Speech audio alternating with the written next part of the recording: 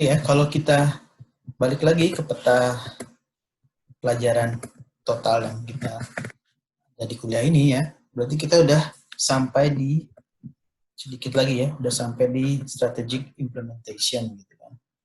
Kemarin di UTS sudah kelihatan paham semua gitu ya, gimana walaupun masih ada kurang-kurang ya tidak terlalu major lah, bagaimana kompleksitas angka-angka di matriks itu, apapun strength, weakness segala macam sampai akhirnya kalian bisa memutuskan ini arahnya kemana nih strateginya, apakah vertical integration, ekspansi, atau hold, atau malah ke arah yang menuju liquidation gitu kan. Jadi semua informasi ini kan memformulasikan pilihan gitu, strategic formulation. Nah, ketika pilihan itu sudah ditentukan, nah itu harus dijalankan, harus diimplementasikan bagaimana strategi yang kita pilih tadi kita jalankan menjadi sebuah aksi, sebuah realita.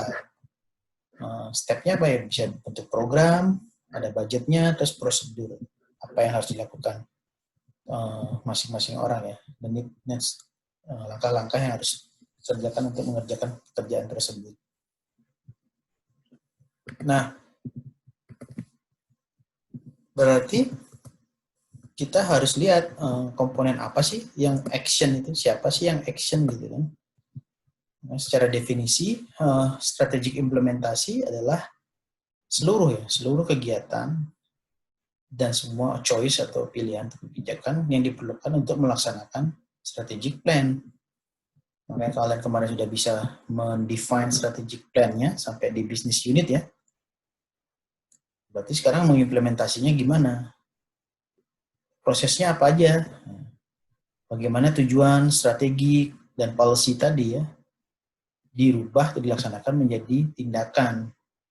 Bentuknya apa ya? Program, ada budget, dan prosedur-prosedur yang harus dilaksanakan. Nah, untuk memulai proses implementasinya, berarti dia harus ada apa yang dipertimbangkan ya dalam mengimplementasikan itu. Pertama, siapa orang yang akan melaksanakan? Yang namanya resource ya, human ini penting. Siapa orangnya nih yang akan melaksanakan rencana strategi tadi? Ya. Terus apa yang harus dilakukan untuk menyelaraskan operasional perusahaan? Jadi kalau ternyata operasional yang nggak sesuai dengan apa yang di planning ya nggak akan kejadian, yang diomongin apa, yang dilakukan apa gitu ya. Makanya operasionalnya harus diselaraskan lagi. Terus bagaimana mengkoordinasikan semua orang ya untuk bekerja sama untuk melakukan apa yang dibutuhkan. Jadi di level strategic implementasi ini kita tidak lagi mempertanyakan apakah benar SWOT-nya ini atau enggak. Udah ditentukan nih. Ditentukan mau apa? Agresif, defensif, atau normal atau apa? Balance gitu ya. Ya, bagaimana mengimplementasikan strategi plan itulah yang harus dilaksanakan di sini. Nah, di bab ini khusus kita ngomong tentang orangnya dulu ya. Maka itu ada hubungannya dengan structure. Dari program, anggaran, prosedur, terus bagaimana sinerginya, terus bagaimana tahapan pengembangan itu mempengaruhi struktur yang menjadi cari masing-masing tahap.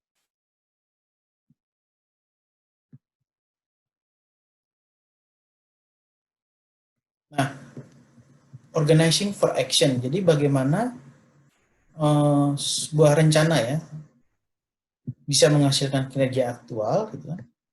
Jadi perusahaannya harus diorganize secara tepat dulu. Artinya apa? Oke, bahasa programnya udah bagus, tapi ya staffnya memadai nggak? Kegiatan staff itu sudah menuju ke tujuan yang diinginkan atau tidak?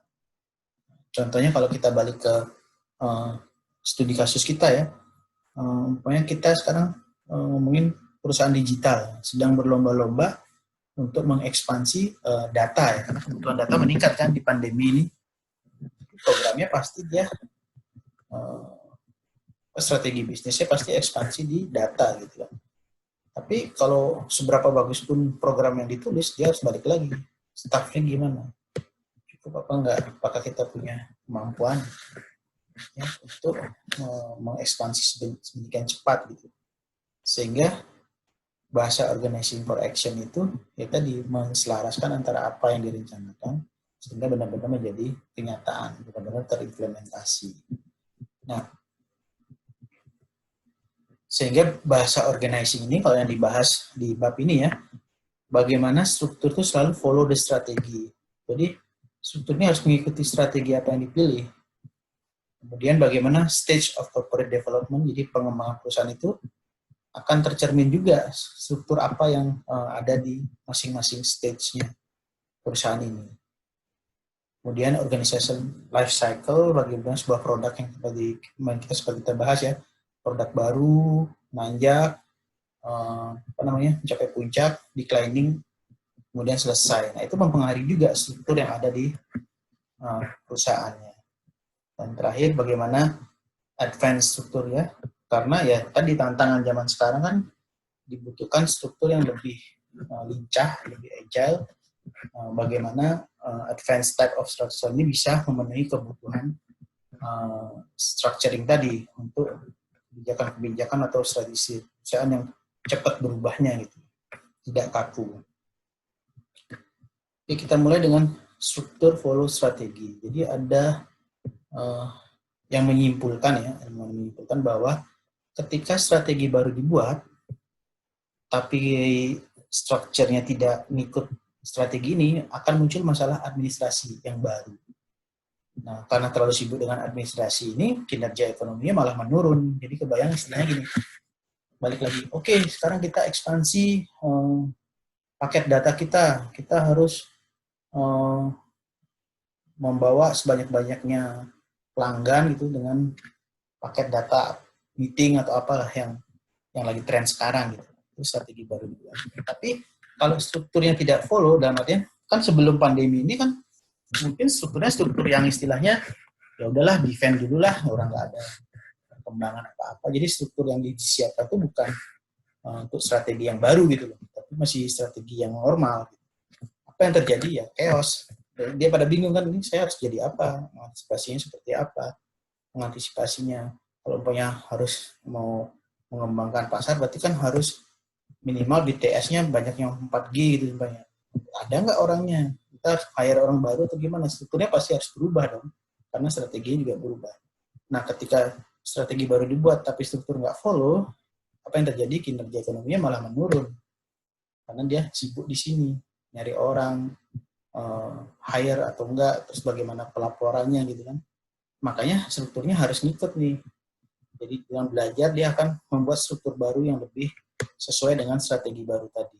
Nah, ketika strukturnya sudah sesuai dengan strategi baru yang dibuat, baru keuntungannya kembali ke level yang diinginkan. Pelajaran struktur follow strategi ini biasanya siklus yang berulang ya. Jadi istilahnya akan sangat nonsen ketika kita punya strategi baru tapi strukturnya kok nggak ada perubahan gitu istilahnya. Itu berarti nggak bakal terlalu impactful lah. Ada sih perubahan tapi karena strukturnya masih yang lama kan, itu kayak mengerem tujuan strategi yang baru. Sehingga perlu dipastikan bahwa ketika punya strategi yang baru, dicek dulu strukturnya sudah sesuai belum, orang-orangnya sudah sesuai belum dengan strategi yang ditetapkan tadi. Nah, kalau kita lihat dari stage of corporate development, jadi ketika perusahaan itu berkembang, dia awal-awal dia masih istilahnya perusahaan baru lah, pegawai cuma 5, berarti kan lu lagi ketemunya gitu ya. Jadi simple structure ya udah, ada bos, ada 4 orang, dia marketing dia, IT dia, keuangan juga masing-masing. Jadi masih simple lah di awal-awal stage 1. Jadi biasanya entrepreneur yang baru-baru gitu kan, ya di stage 1 ini lah, simple structure, lebih dekat ya karena banyak. Tapi ketika semakin berkembang, semakin banyak pangsa pasar yang terbuka gitu kan, pasti muncul function structure. Jadi udah lebih terstruktur nih, siapa yang terima orderan, siapa yang produksi, siapa yang maintain IT-nya gitu kan, sehingga akan muncul struktur yang berbentuk fungsi, dibagi-bagi berdasarkan fungsi. Kalau di sini simple kan masih siapa yang siap, yang jalan gitu kan. Dan terakhir kalau udah benar-benar sampai masuk pemegang saham, dari Pokoknya perusahaan udah mulai besar lah, bisa terbuka yang ada namanya profit earning per share, jadi ada saham-saham segala macam, dia biasanya pakai sampai divisi khusus ya, sama divisi human resource, divisi apa IT, divisi marketing gitu ya, lebih besar lagi di strukturnya di stage 3 ini. Jadi bisa dilihat di sini struktur pun selalu follow perkembangan perusahaan tadi, stage 1, stage 2 atau stage 3 gitu ya. Nah, kalau ngomongin organizational life cycle, seperti kemarin kita bilang, produk itu selalu ada life cycle-nya. Dia baru atau ada apa namanya unit bisnis baru gitu kan, pasti ada stage growth-nya, mature, berkurang, hilang dia, masa berjayanya hilang. Nah, strateginya kan pasti beda-beda ya. Kalau Bird, dia konsentrasi ini apa sih kekuatannya, itu menjadi strateginya harus redefine atau mendefinisikan edit value-nya apa nih produk ini gitu kan. Nah, pas sudah mulai growth bisa pilih nih mau horizontal atau vertikal gitu kan. Terus udah mulai mature, apakah harus ke diversifikasi atau tetap konsentrasi di situ ya. Pas decline kita bisa kan usahakan profitnya tetap, tapi sambil ngurang-ngurangin. Kalau emang udah enggak ya udah likuidasi aja. Nah, strategi ini pun kelihatan likely structure itu, maksudnya strukturnya kira-kira yang di level-level ini, kita di entrepreneur ya, baru-baru awal kan, semua istilahnya jiwa-jiwa yang mengeksplor gitu kan, atau banyak orang ya karena baru-baru nih. Nanti kalau udah mulai growth ya pembagian tugas dong, kamu fokus di manajemen finance-nya, marketingnya gitu kan. Nah di sini baru udah perusahaannya lebih banyak punya profit yang harus dibagi-bagi gitu kan, mau buat konglomerasi atau mau apa namanya menggeser ke investasi gitu ya, berarti ada dua nih, ada yang profit center, ada investment center ya. Nah kalau step 4 udah mulai bermurun, berarti siapa yang harus dihilangin gitu kan. Sedangkan kalau udah mau bangkrut ya udah strukturnya udah lama-lama dibongkar semua nih, udah nggak ada lagi.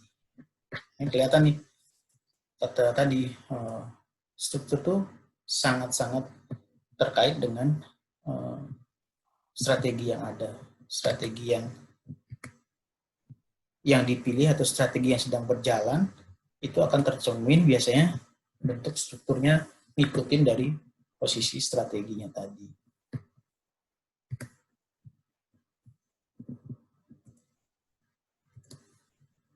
Nah, ini advance strategi organizational structure. Jadi di tahapan yang sudah advance ya, di tahapan yang bahwa secara umum ada fungsi, ada project gitu ya.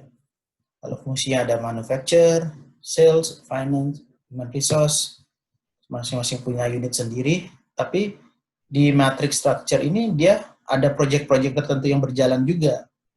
Jadi ada manajemen project, ada manajemen function di sini. Nah, ini namanya matrix structure. Nanti kita bahas di video bagaimana matrix structure ini bisa memberikan balancing antara struktur yang kaku dengan struktur yang fleksibel ya. Sedangkan network structure ini biasanya udah perusahaan-perusahaan multinasional yang besar ya. Bagaimana dia berlakunya sudah kayak broker aja, dia tinggal nyari desainernya dari mana. Ini contohnya misalnya Bapak lihat kemarin di National Geographic ya, production VW di Jerman itu ada pabriknya gitu. Itu sangat amazing banget, supplier tuh bisa dari beberapa belahan dunia gitu. Mungkin yang ngedesain dari Italia ada gitu, terus part kecilnya dari Argentina segala macam. Jadi dia tinggal ngumpul-ngumpulin aja nih. Dia kayak network aja. Promosinya bisa agensinya ada di mana-mana gitu kan, distributor yang di mana-mana. Jadi dia melihat sebuah apa namanya organisasi structure itu udah kayak nggak terlalu detail seperti ini. Dia udah bisa desainernya siapa, tanggung jawab, packaging siapa, suppliernya gitu. Kayak broker dia cari yang paling efisien aja dari masing-masing fungsi tadi gitu. Dalam bentuk network yang sudah terhubung dengan mudah. Bahkan bisa dibayangkan berapa part dia istilahnya untuk membuat satu mobil itu ada 16.000 lebih ya malah ya bagian-bagian mobil dirakit di situ. Itu suppliernya bisa istilahnya just in time ya. Jadi nggak ada stok yang tinggal terlalu lama di pabrik itu. Saking hebatnya network structure-nya. Dia tahu kapan harus pesan dan harus ada berapa dan butuh berapa tuh nggak sampai bikin gudang yang berlebihan untuk nampung itu. Nah, itu salah satu bentuk advance organisasi. Memang kebutuhannya berbeda. Kita kan nggak bisa ngebayangin dulu bahwa pabriknya di mana, ternyata suppliernya bisa di seluruh dunia gitu. Bahkan jualannya itu bisa kemana-mana. Nah, kalau kita ngomongin matrix structure secara lebih detail, ada video yang bagus ya.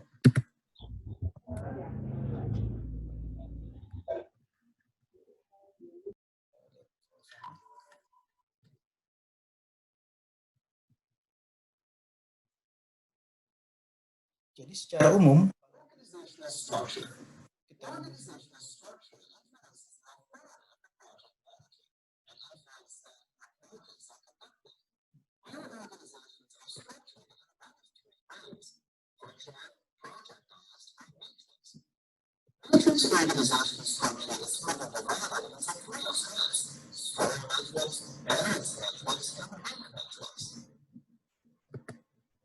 oke.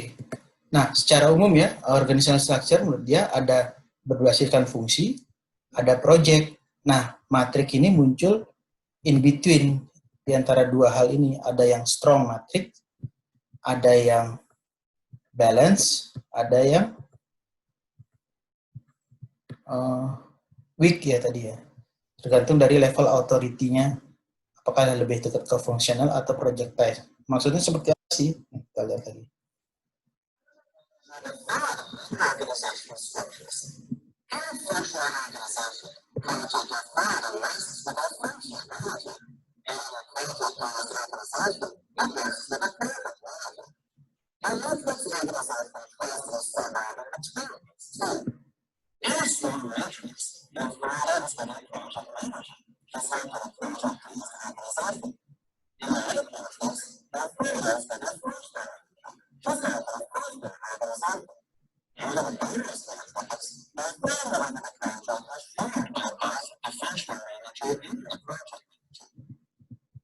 Nah, kita bisa lihat bersama ya bahwa matrix ini menggabungkan antara project dengan function gitu. Level otoritas berarti keputusan itu kalau umpamanya dia projectize berarti project manager inilah yang paling punya authority gitu kan. Nah, itu strong matrix dia. Sedangkan kalau functional otoritas terbesarnya ada di functional manager. Ya, itu weak matrixnya. Sedangkan kalau balance itu bagi dua nih, otoritas antara project manager dengan functional manajernya sharing otoritas. Otoritas itu artinya pengambil keputusan tertingginya siapa gitu. Apakah si project manager atau functional manager.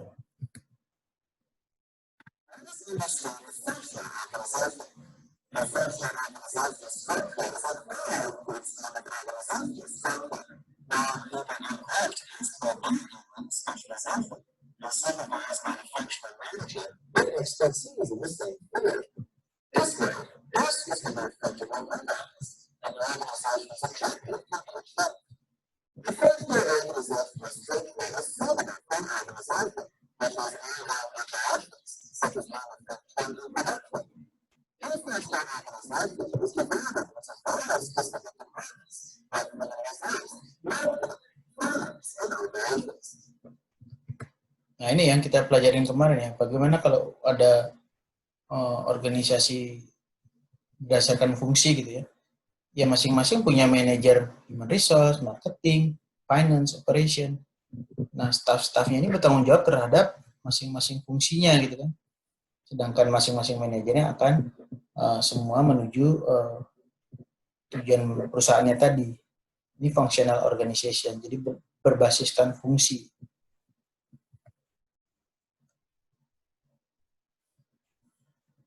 Ini beberapa contohnya ya, bagaimana ada general manager, nanti ada accounting head, engineering head, eksekutif. Jadi levelnya tuh struktural gitu.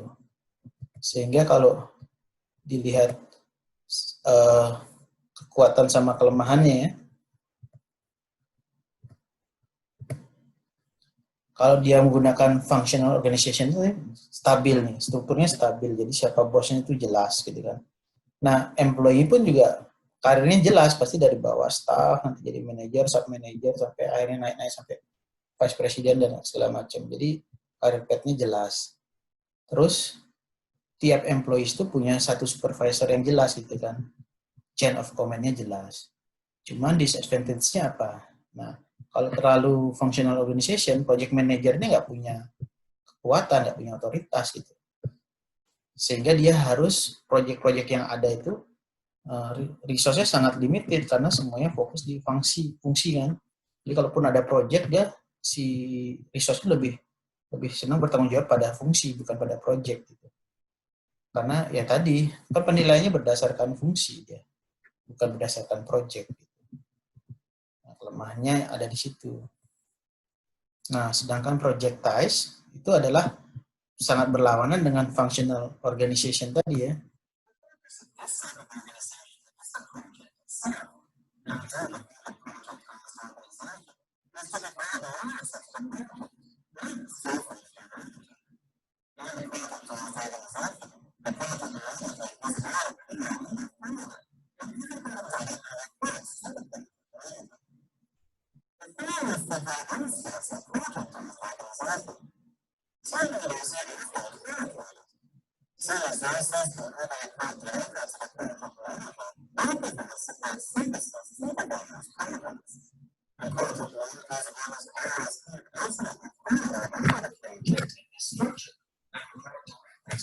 Executive Officer.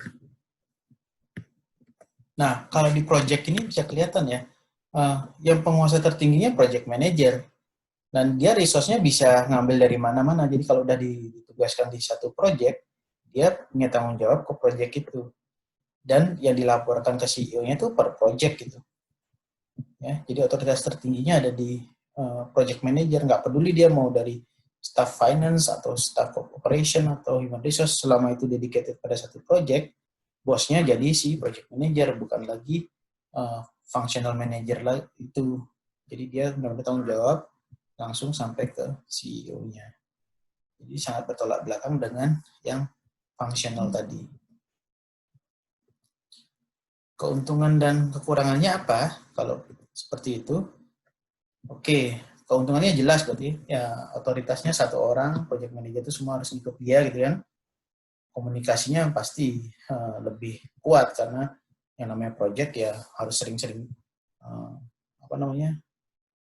ada komunikasi yang intens antara si project manager dengan staffnya.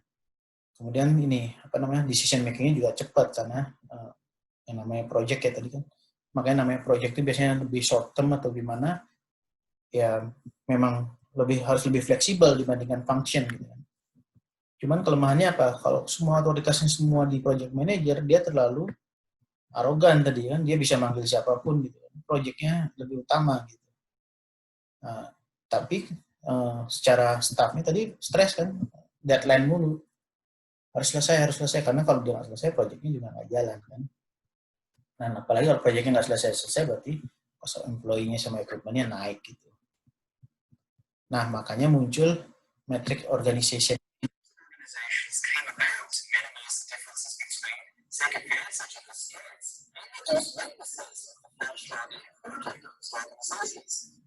Matrix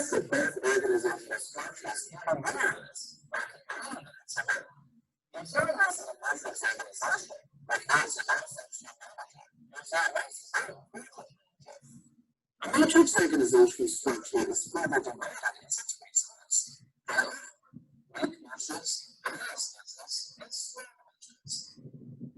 Nah, in between tadi, daripada terlalu ekstrim ya, mau project sama function. Nah, ini matrix tadi ada di tengah-tengahnya. Dia punya functional manager, tapi dia at least punya satu project manager juga, gitu kan. Nah, sehingga ada dua nih, terkait dengan project, terkait dengan tugas fungsinya dia. Disinilah muncul Apakah dia weak, balance, atau strong, itu tergantung lebih condong kemana nih, staff-staffnya lebih condong ke project manager atau ke functional manager. Kita lihat lebih lanjut ya.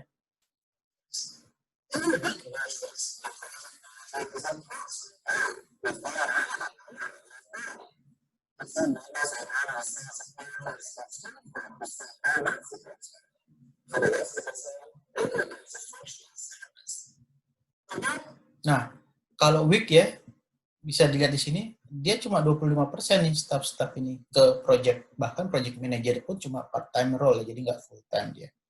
Dan otoritasnya terbatas. Jadi otoritas tertinggi tetap masih di functional manager. Ya, jadi 75% ke sini, 25% ke project. Bahkan otoritasnya terbatas di project manager. Dia sifatnya lebih koordinasi.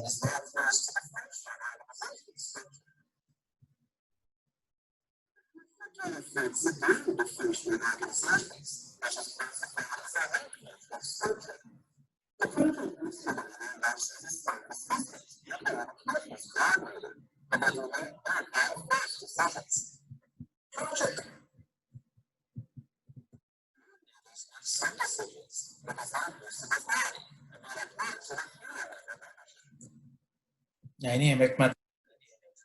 Sekarang balance matrix.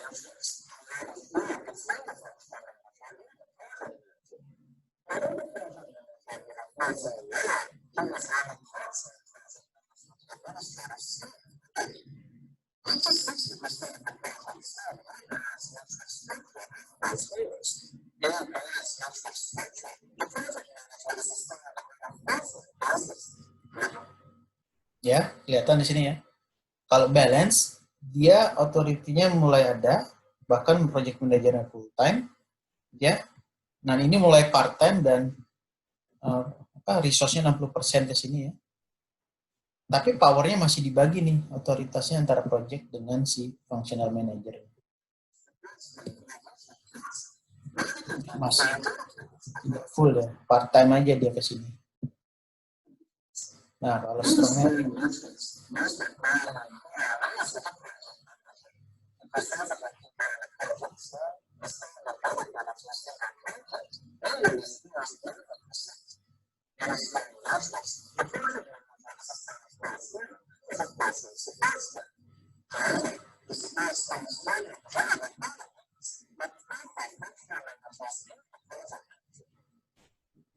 Nah, kalau strong metric gimana?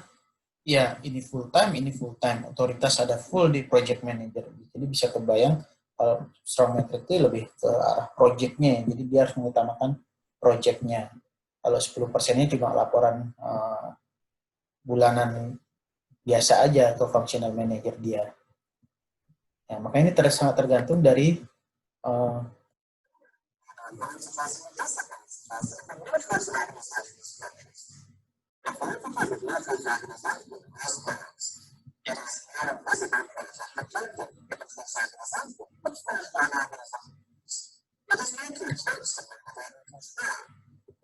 Nah, dengan berada di tengah-tengah antara function dan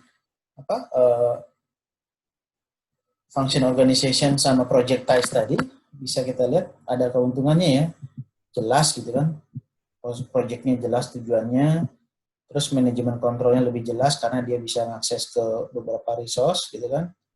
Nah, terus banyak support ya dari function areanya, supportnya juga mau dari weak, balance sampai strong bisa kan. Cuman ada disadvantage-nya tuh. Berarti harus ada administrasi lebih, itu kan pelaporannya jadi 2 gitu kan. Bosnya ada 2, sedikit membingungkan. Terus bagaimana monitor dan kontrolnya, karena dia harus kinerjanya jadi sedikit kompleks lah melaporkannya. Ada ke project, ada ke function-nya. Jadi secara umum kalau kita lihat gitu ya, kita petakan lagi matriksnya tadi. Kalau kita perbandingkan ya antara projectize dengan functional ya. Kalau function banget, berarti si project manager tuh nggak punya sedikit atau nggak punya otoritas kan. Semua project budget tuh ada di functional manager. Ya, role-nya juga part-time doang project-nya. staffnya juga part-time. Jadi fungsi yang lebih utama.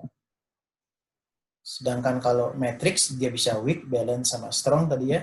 Kalau mau lebih mendekat ke projectize, yang istilahnya lebih mengutamakan project, berarti cari yang strong nih. Desain yang strong, hampir 90% staffnya full-time gitu kan. Project manager juga full-time. Ya, semua manage budgetnya juga di project manager. Gitu. Jadi matrix ini sangat fleksibel jadinya. Tidak terlalu kaku. Kalau ini kan kaku banget, sehingga kalau ada perubahan sedikit susah mengembangkan strukturnya. Tapi kalau projectize ya tadi terlalu liar nanti, seolah-olah project ini paling penting, melupakan fungsinya gitu kan. Nah, di tengah-tengah itu adalah matrix tadi, organisasi berbentuk matrix yang bisa fleksibel, mau weak, balance, atau strong. Nah, kalau kita balik lagi ke contoh sekarang ya, ada pandemi, terus strateginya adalah boosting marketing data gitu kan. Berarti mungkin ada project khusus nih tahun ini gitu kan. Nah, terserah mau dibawa matrixnya ke strong, berarti semuanya fokusnya, tanggung jawabnya ada di project manager. Misalnya harus membuka projectnya BTS baru yang 4G ready gitu kan. Nah, kalau dia dikasih yang weak, si staffnya tadi kan lebih fokus ke fungsi dia. Makanya kalau kan gue HRD, gue harus tanggung jawab tentang HRD, peduli amat sama projectnya gitu. Ada kemungkinan project tadi nggak goal gitu kan. Makanya mungkin bisa dipilih yang strong metric dulu gitu kan. Tapi nanti kalau udah jadi, mungkin bisa dikembalikan lagi ke functionnya, karena kan projectnya nggak selamanya harus ada gitu. Ketika udah established, BTS-nya udah 4G ready gitu kan, udah stabil segala macam, resource-nya udah selesai projectnya, berarti dia harus kembali lagi ke fungsinya. Jadi matrix ini memudahkan pergeseran ketika ada sebuah perubahan yang cukup rapid ya, artinya yang tidak terduga gitu. Kalau kita saklek di fungsi ya susah. Siapa nanti yang mau ngerjain kalau semuanya fokus di fungsi dia, nggak peduli sama projectnya gitu kan. Atau kalau terlalu fokus di project, nanti terlalu fokus di project lupa dengan fungsi gitu kan. Makanya muncul solusinya tadi berbentuk matrix tadi. Bisa weak, balance, atau strong. Bisa in between antara fungsi dan project gitu ya. Oke, seperti itu yang Bapak bisa jelaskan.